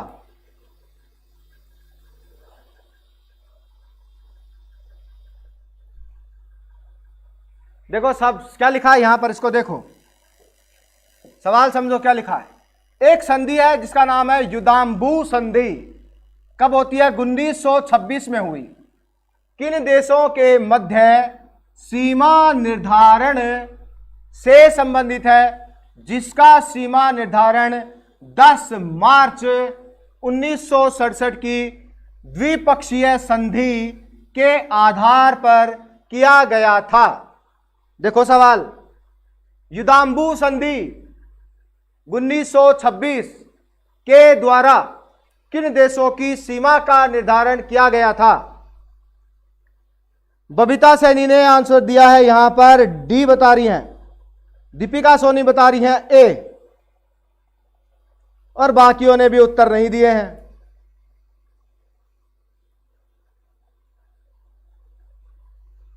तो बताएं भाई, सवाल बहुत दांसू है, हर किसी नहीं दे पाएंगे आंसर। भारत चीन, कई भारत चीन बता रहे हैं, कोई भारत बांग्लादेश बता रहा है। बनाजी बता रहे हैं भारत चीन। जय माता दी सी।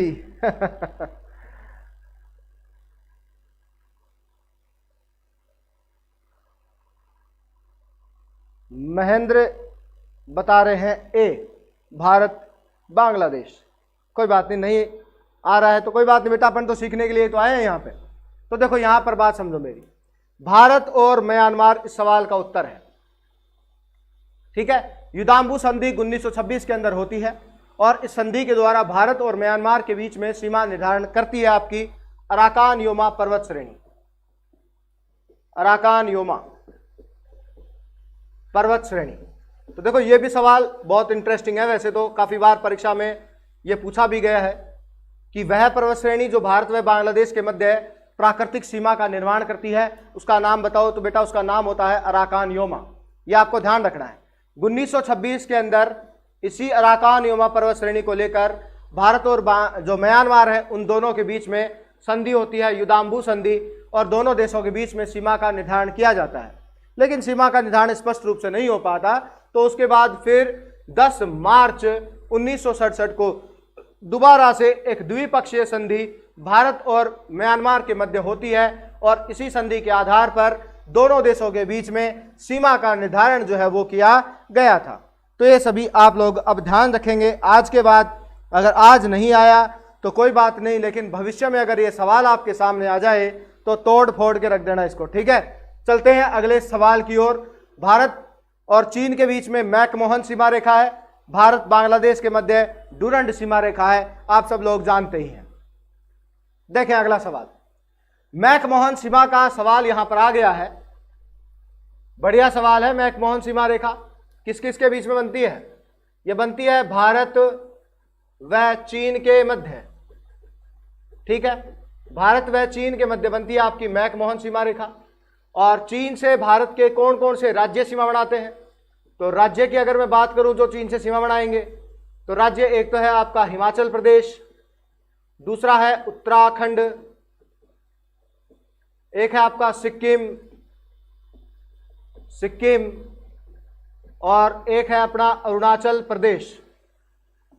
तो ये 4 तो हैं बेटा राज्य, अरुणाचल प्रदेश, और एक आपका केंद्र शासित प्रदेश है लद्दाख, केंद्र शासित प्रदेश जिसका नाम है लद्दाख। ये भी आपके चीन से सीमा बनाता है। तो सीमा कब बनी थी आपको ये बताना है।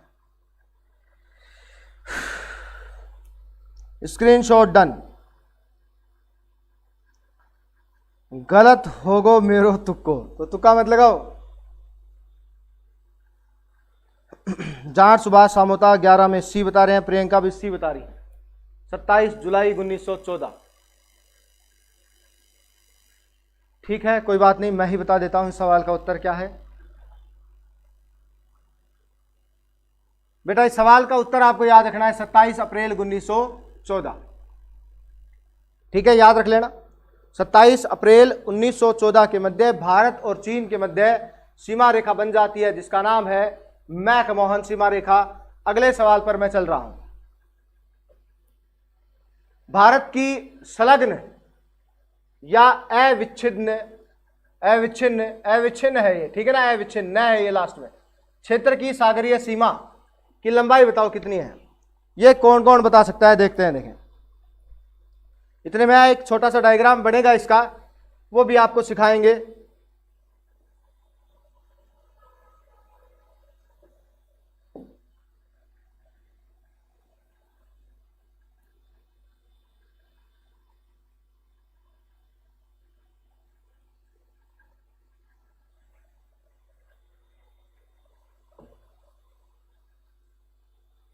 आप सभी अपना उत्तर देते रहे, मैं एक साथ सभी का चेक कर लूंगा। 200 नॉटिकल मील लगभग विद्यार्थी बता रहे हैं। मनु कह रही है सी है इसमें पक्का। जाट सुभाष समोता सी बता रहे हैं, भावेश सी बता रही हैं, प्रियंका बुडानिया सी बता रही हैं, बबीता बी बता रही हैं, सुनील सी बता रहे हैं, सुनील सैनी भी सी बता रहे हैं। 200 नॉटिकल, इसका मतलब आपको पता नहीं है ये सवाल क्या पूछ रहा है। जो आप बता रहे हो वो सवाल नहीं पूछ रहा है। बात समझो मेरी, बोर्ड पर ध्यान दो। अगर आपको नहीं आ रहा है तो इसको सीखने का प्रयास करो, क्योंकि परीक्षा में इसकी लैंग्वेज किसी भी प्रकार की हो सकती है और अपने को सवाल आना चाहिए। देखो, सबसे पहले ये तट जो है भारत का मैंने बनाया है, तट हमेशा कटा फटा ही होता है। तो उस तट को लेवल करने के लिए पहले एक आधार रेखा बनाई जाती है। तो बेटा सबसे पहले क्या बनती है, एक आधार रेखा बनाई जाती है। तो मैं यही वो आधार रेखा जो है वो बना रहा हूं। इसे कहते हैं अपन आधार रेखा यानी बेस लाइन। ठीक है, आधार रेखा बन गई। अब इस आधार रेखा से आगे समुद्र की ओर चलते हुए 3 दूरियां बनती हैं, तीनों आपको याद रखनी है। ठीक है, सबसे पहली बात, पहली लाइन बना रहा हूं, ध्यान से समझना। ये पहली लाइन बनी आधार रेखा से, ठीक है, इसे कहते हैं क्षेत्रीय सागरीय सीमा। क्षेत्रीय सागरीय सीमा, ठीक है। इसकी दूरी आधार रेखा से 12 नॉटिकल मील होती है। नॉटिकल मील का मतलब होता है समुद्री मील। ठीक है, समुद्र में जो दूरी तय करते हैं ना उसको नॉटिकल मील बोलते हैं। ठीक है, तो इस क्षेत्रीय सागरीय सीमा के बाद अगली जो सीमा बनती है उसकी बात करते हैं। तो बेटा ये अगली सीमा बन गई। ठीक है, इसको कहते हैं, जो यहां पर नाम लिखा है संलग्न, ये नाम है इसका, तो इसको कह रहे हैं संलग्न सागरीय सीमा। और बेटा जो संलग्न सागरीय सीमा होती है ना उसकी लंबाई आधार रेखा से, किससे, ये आधार रेखा, इस आधार रेखा से होती है 24 नॉटिकल मील यानी समुद्री मील। ठीक है, और इसके बाद एक सीमा और बनती है, तो वो सीमा क्या कहलाती है, ये अगली सीमा बनी।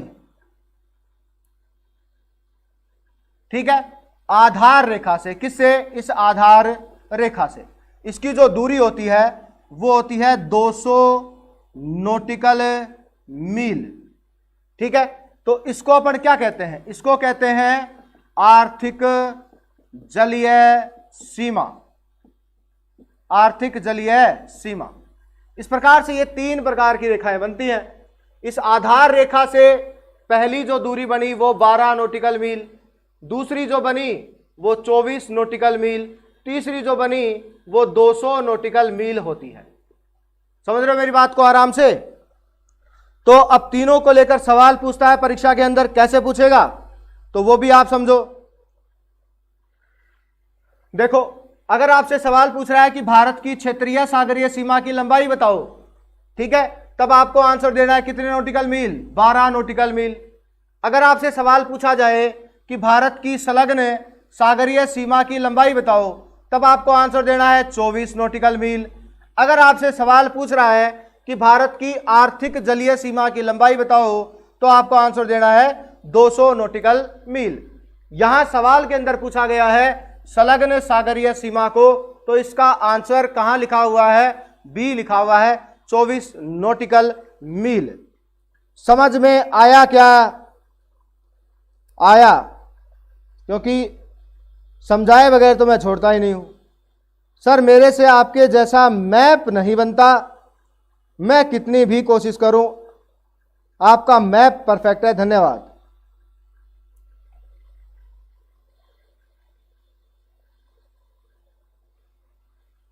चलो, तो समझ में आ गया होगा आराम से। तो इसका स्क्रीनशॉट आप ले सकते हैं, चित्र सुंदर सुंदर बनाया करो ताकि समझ में बढ़िया आए। ठीक है भाई, समझ गए होंगे सवाल को आराम से। अगले सवाल पर चल रहा हूं। भारत का प्रथम मानचित्र, देखो बढ़िया सवाल है ये भी। भारत का पहला मानचित्र 1752 में किसके द्वारा बनाया गया? किसने बनाया था भारत का पहला मानचित्र? और एक सवाल और मैं आपसे यहीं पर पूछूंगा,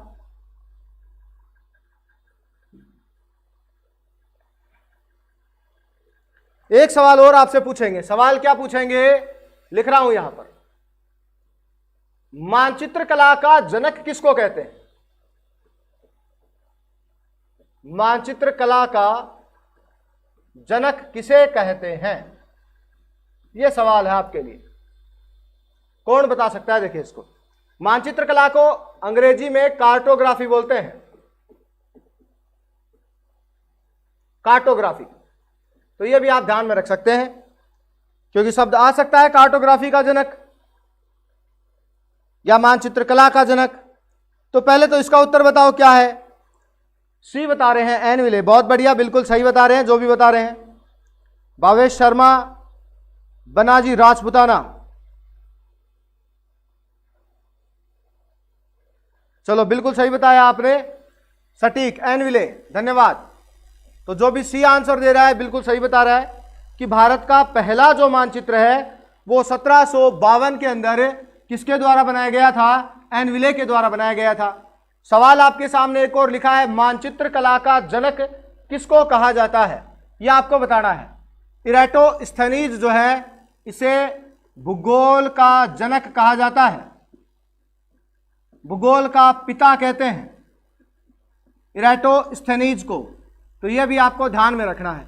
स्ट्रैबो वो आदमी है जिसने सर्वप्रथम ग्लोब का निर्माण किया, सर्वप्रथम ग्लोब का निर्माण।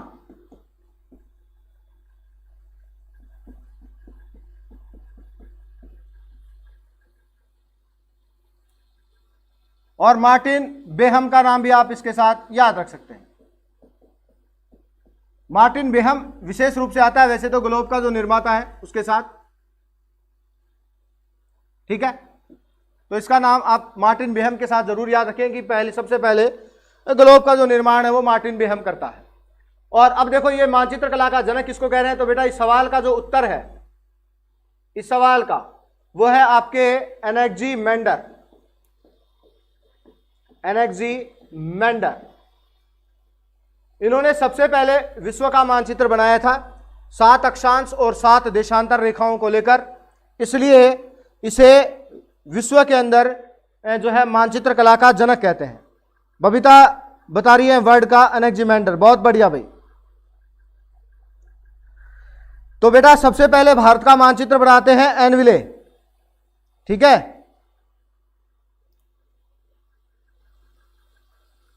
चलो बढ़ते हैं अगले सवाल की ओर। तो बेटा इस सवाल का उत्तर एनविले होगा आपका, भारत का मानचित्र सबसे पहले ये बनाता है। अगला देखो, 1 अक्टूबर 1953 को भाषा के आधार पर बनने वाला पहला राज्य कौन सा है भारत का? देखो आपको याद होगा, राज्य पुनर्गठन एक आयोग बना था, राज्य पुनर्गठन आयोग, पुनर्गठन आयोग बना था। 1953 में बनता है राज्य पुनर्गठन आयोग, जिसका अध्यक्ष होता है फैजल अली। फैजल अली की अध्यक्षता में यह आयोग बना था, ठीक है। तो 1953 में राज्य पुनर्गठन आयोग बनता है फैजल अली की अध्यक्षता में। इसका सदस्य भी होता है, एक तो होता है के.एम. पणिकर,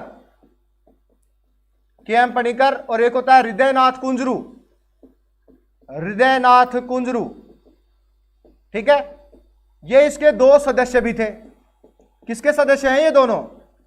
ये आपकी जो कमेटी बनी थी, आयोग बना था, कौन सा? राज्य पुनर्गठन आयोग। इसके ये 2 सदस्य हैं। ये भी कई बार सवाल परीक्षा में पूछा गया है, तो इसको भी बेटा आप याद रखेंगे।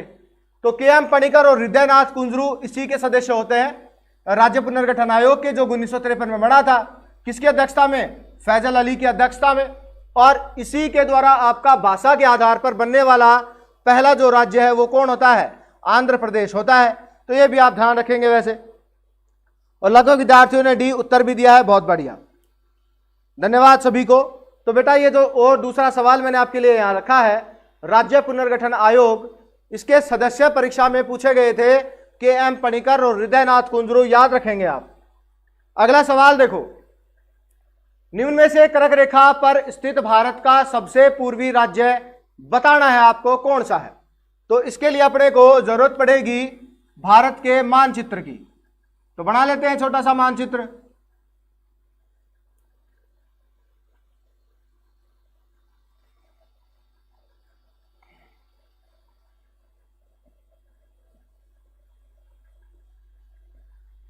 ये लो, ये बन गया भाई अपना भारत। और इसमें अपने को कर्क रेखा पढ़नी है, पढ़ लेंगे, कहां दिक्कत है। ये लो कर्क रेखा, ये कर्क रेखा बन गई है अपनी। और अब इस पर स्थित राज्य की बात करते हैं। सवाल पूछ रहा है कि क्या पूछ रहा है सवाल में? सबसे पूर्वी राज्य की बात कर रहा है। इन चारों में कर्क रेखा पर स्थित सबसे पूर्वी राज्य कौन सा है, ये सवाल है। तो बहुत से विद्यार्थियों ने भी उत्तर दिया है, जो बिल्कुल सही है, पश्चिम बंगाल, बहुत बढ़िया।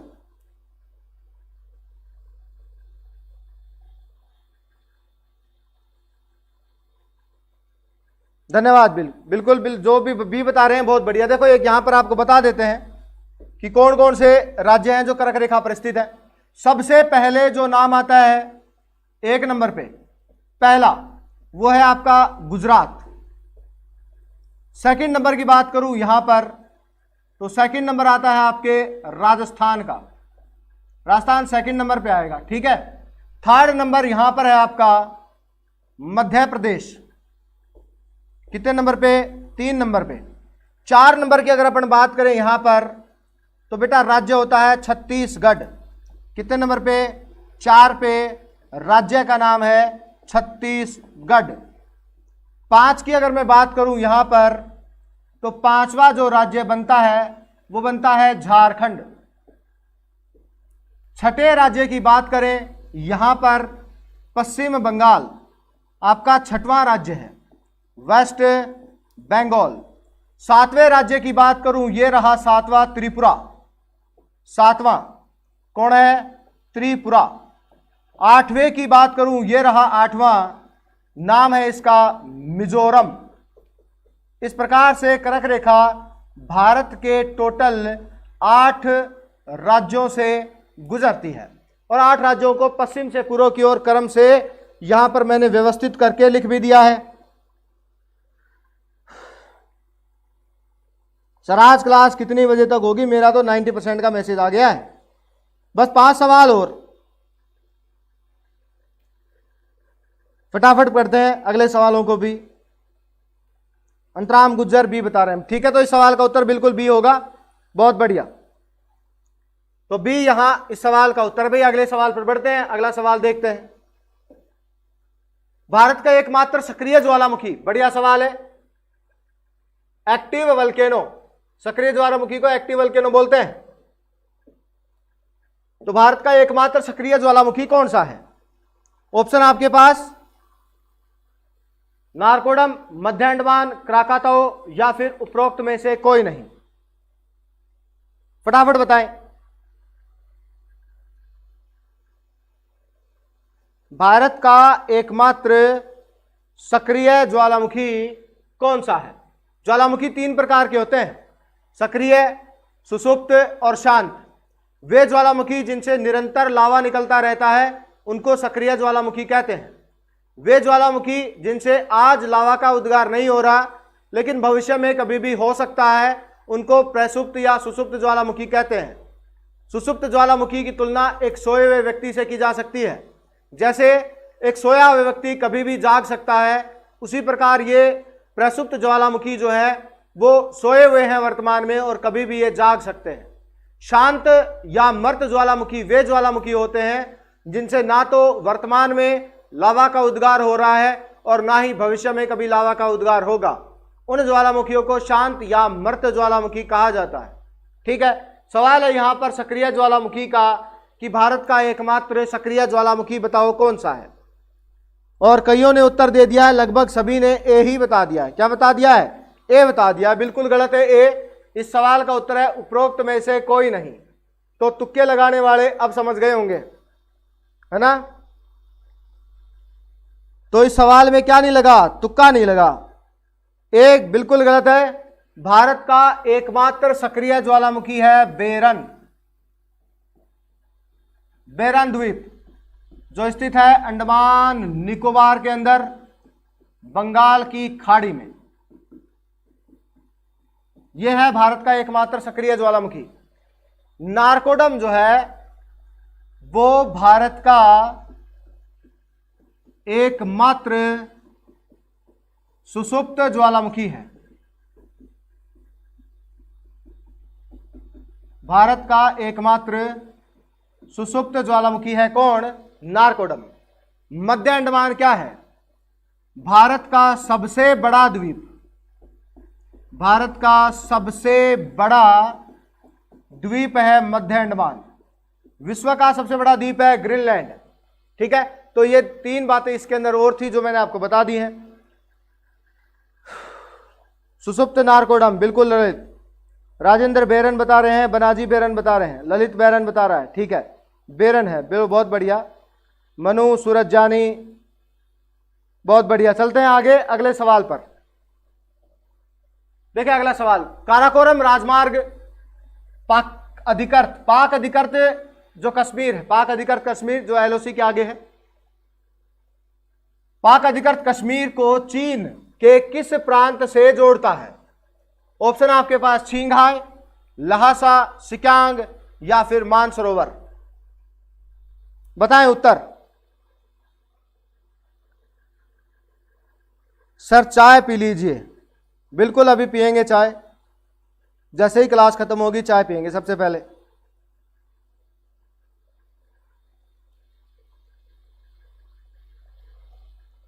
जाट, सुभाष, सामुता, सी बता रहे हैं सिक्यांग। बहुत बढ़िया।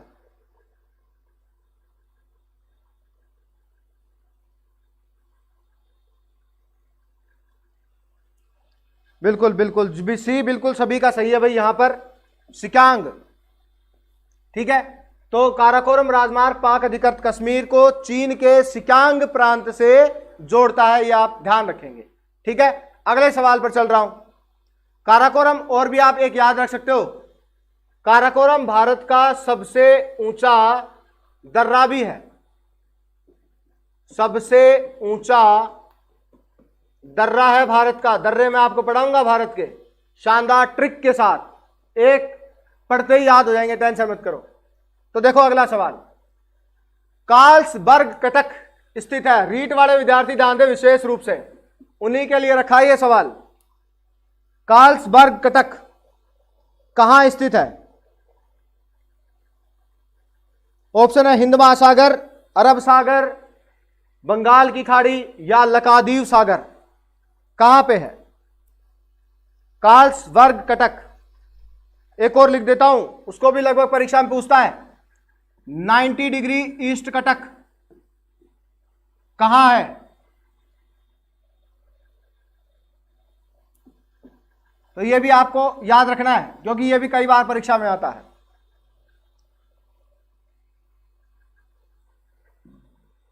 भावेश बता रहे हैं सी, बंगाल खाड़ी। 90 डिग्री ईस्ट कटक और कार्लसबर्ग कटक। चलो कोई बात नहीं बेटा, कार्लसबर्ग कटक जो है वो स्थित है आपके अरब सागर में। तो इस सवाल का उत्तर है बी। जब भी पूछा जाए कार्लसबर्ग कटक कहां है, तो अरब सागर के अंदर स्थित है कार्लसबर्ग कटक। और 90 डिग्री ईस्ट कटक जो है यह स्थित है आपकी हिंद महासागर में। ठीक है, तो ये आप ध्यान रखेंगे सभी के सभी। कटक क्या होता है, सवाल आएगा कटक क्या होता है, आपके दिमाग में तो आएगा कटक क्या होता है। बेटा कटक उस पहाड़ी क्षेत्र को कहते हैं जो समुद्र के अंदर स्थित होता है, ज्वालामुखी क्रिया से या प्लेट विवर्तनिक क्रिया से जिनका निर्माण हो जाता है। ठीक है, जो जलयानों के चलने में समस्याएं कई बार उत्पन्न कर देती हैं, उनको कटक के नाम से जाना जाता है। तो ये आप ध्यान रखेंगे। तो देखें अगला सवाल, अगले सवाल पर बढ़ते हैं। Question number 19। कौन सा देश हिंद महासागर से सबसे लंबी सीमा, जलीय सीमा बनाता है या तटीय सीमा बनाता है? यह बहुत सरल सवाल है।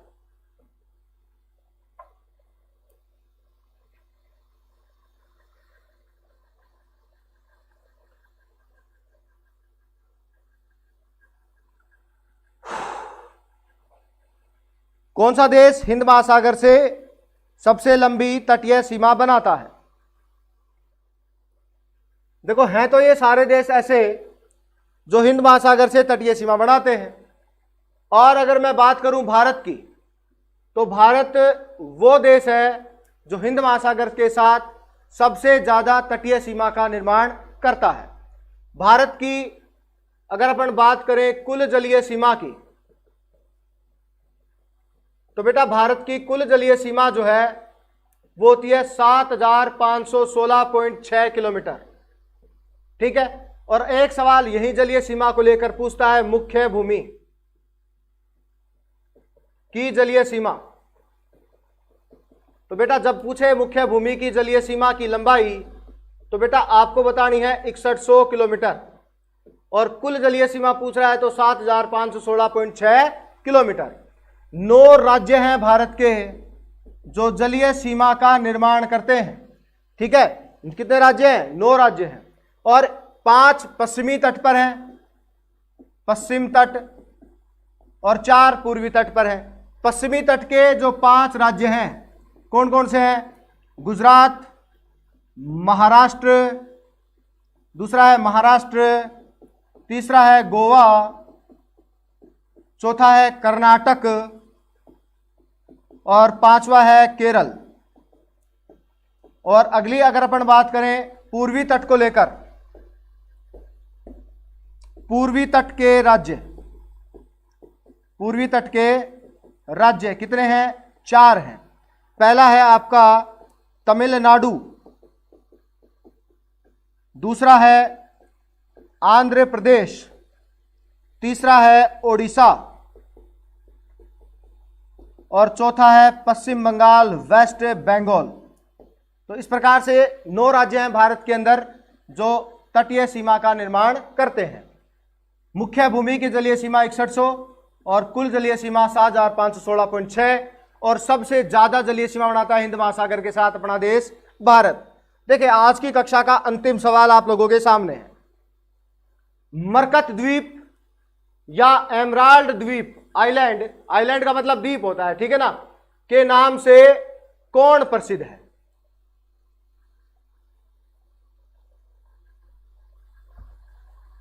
चुन चुन के प्रश्न लाए गए हैं ये सभी, दिमाग पे जोर डालो, आंसर दो।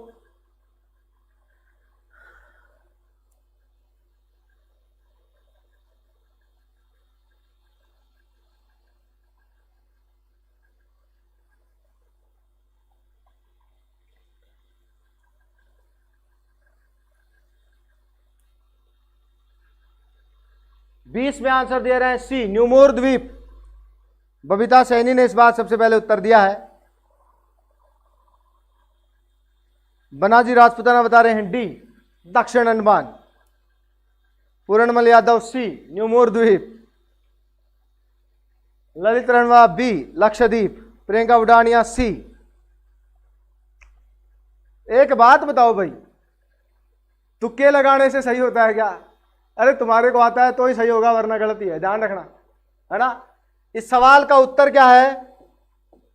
इस सवाल का उत्तर है अंडमान निकोबार। और किसी ने अब तक तो अंडमान निकोबार का ऑप्शन दिया नहीं है मेरे को। बी, सी और डी ये ऑप्शन आ रहे हैं आपके सबके ही, है ना। तो बेटा मरकत द्वीप या एमराल्ड द्वीप के नाम से किसको जाना जाता है?